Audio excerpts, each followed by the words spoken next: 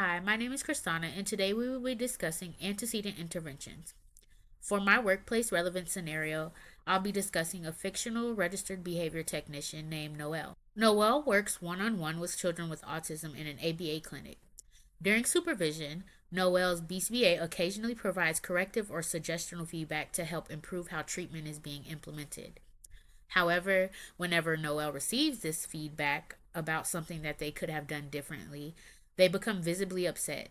They may raise their voice, argue about why they responded the way they did, cross their arms, or end the conversation before the BCBA is finished giving feedback.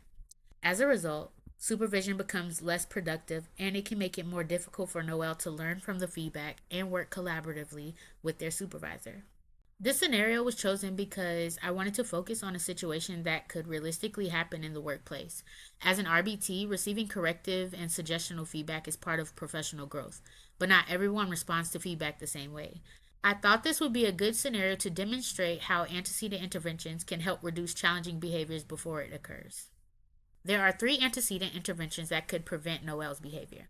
The first antecedent intervention that I would implement is starting the supervision meeting with positive, behavior specific feedback before moving into any corrective or suggestional feedback.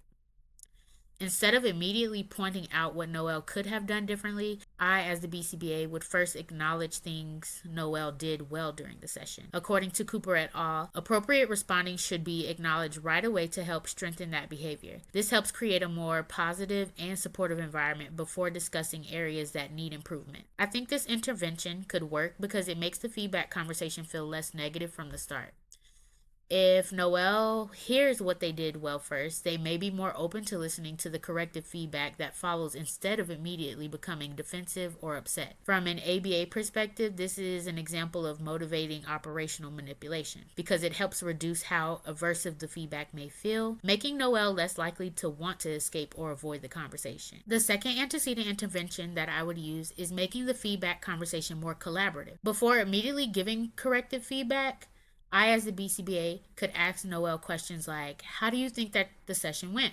Or is there anything that you think you would do differently next time? This gives Noelle an opportunity to reflect on their own performance before I share the observations that I found. I think this intervention could work because it allows Noelle to be actively involved in the conversation instead of feeling like they're only being corrected. By encouraging self-reflection first, the feedback may feel more like a discussion than criticism. This relates to the principle of response prompting because I, as the BCBA, am asking questions that encourage Noelle to reflect on their own performance before giving corrective feedback. I think doing this could help Noelle feel more involved in the conversation instead of feeling like they're only being corrected or they're being targeted for what they've done, which may make them less likely to become defensive. The third antecedent intervention would be to let Noelle know ahead of time when supervision will be taking place and provide a brief agenda of what will be discussed during the supervision period time. That way, Noelle knows what to expect instead of feeling caught off guard when the corrective feedback is given to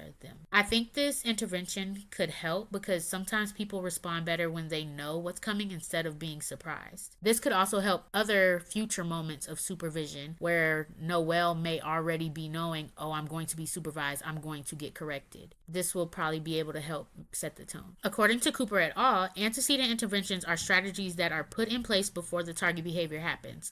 The goal is to make the challenging behavior less likely to occur instead of waiting to respond after it has already happened.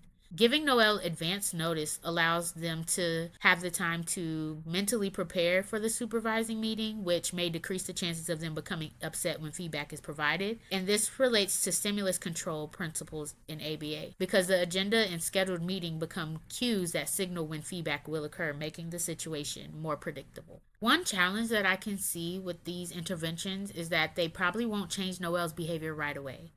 If Noelle is used to reacting this way when receiving feedback or correction, it may take several supervision sessions before they begin responding differently. It will also be important for me as the BCBA to stay consistent when using these strategies so Noelle knows what to expect each time feedback is provided. Even with these interventions in place, Noelle may still become upset at times. If that happens, I would need to continue monitoring Noelle's response and make changes to the intervention if needed.